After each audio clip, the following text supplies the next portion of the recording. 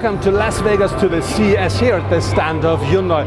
Next to me you see a concept that shows us how your home and your car could join to each other, but that's, to be really honest, is far away future for me. Now we're going to have a closer look at the present and the near future things here at the Hyundai stands.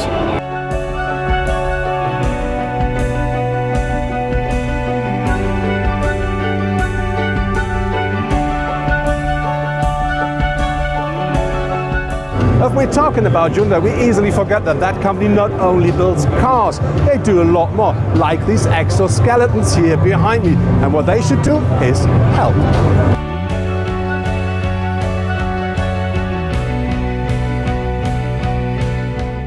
We have three types of exoskeleton. One is medical exoskeleton, other is life caring for elderly people, and others are the others is a worker for back preventive to back injury. Medical exo is for paraplegia. Patient can walk, sit down and stand up, stair upstairs and downstairs. Life caring is for give assistive talk to elderly person. For the purpose is military. So this system is human can run 12 kilometers per hour over 12 kilometers per hour and can load carry 40 kilograms. Yeah.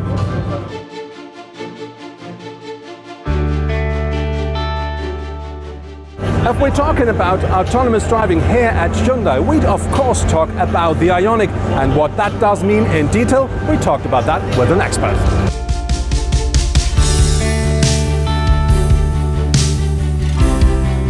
We start up here at the top of the windshield.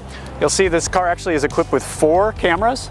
These 2 are stereo cameras for object detection. They can also detect the distance to objects. Primarily, those are focused right now on detecting traffic signals. The third camera between those 2 detects the phase of traffic signals. So in other words, red light or green light. Yellow lights are generally interpreted as red. And then finally, the 4th camera, that's actually a camera that's part of the production Ionic, and that's used for lane departure warning, and it also assists with pedestrian detection. Those are the LiDAR arrays. So those are mechanical LiDAR arrays. We're looking toward the front, so that's a little bit different from what you see in some other autonomous applications where there's a roof-mounted 360-degree LiDAR. Part of the front sensor array is the long-range radar sensor. That's also part of the production car. That's used for smart cruise control and automatic emergency braking, but also the autonomous car takes those signals and that gives it a little bit more range looking at traffic in front of the vehicle.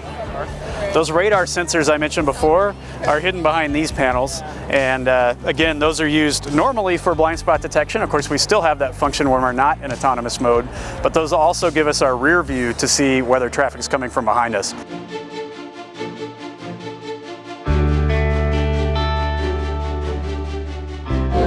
Connectivity is one of the things we're talking about here at the CES. What does that mean for Hyundai? We're going to talk with an expert.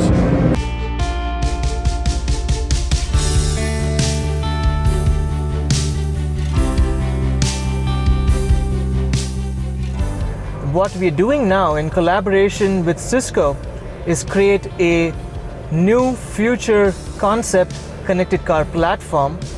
How it's different from the existing platform is it's an open source platform relying on the backbone of the Cisco network.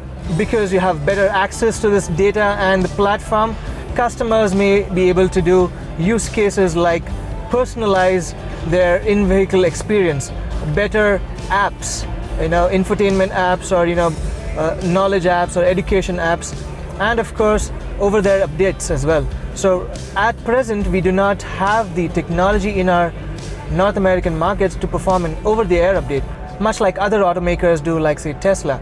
So this platform shall enable us to perform seamless software upgrades over the air, and of course customers will have personalization options like being able to set temperature of their thermostat from within the vehicle.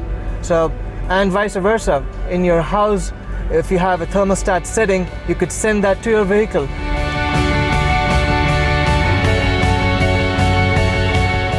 Hyundai shows a lot of modern technology, of future technology here at this CES, but I think the core, the focus is autonomous driving and connectivity.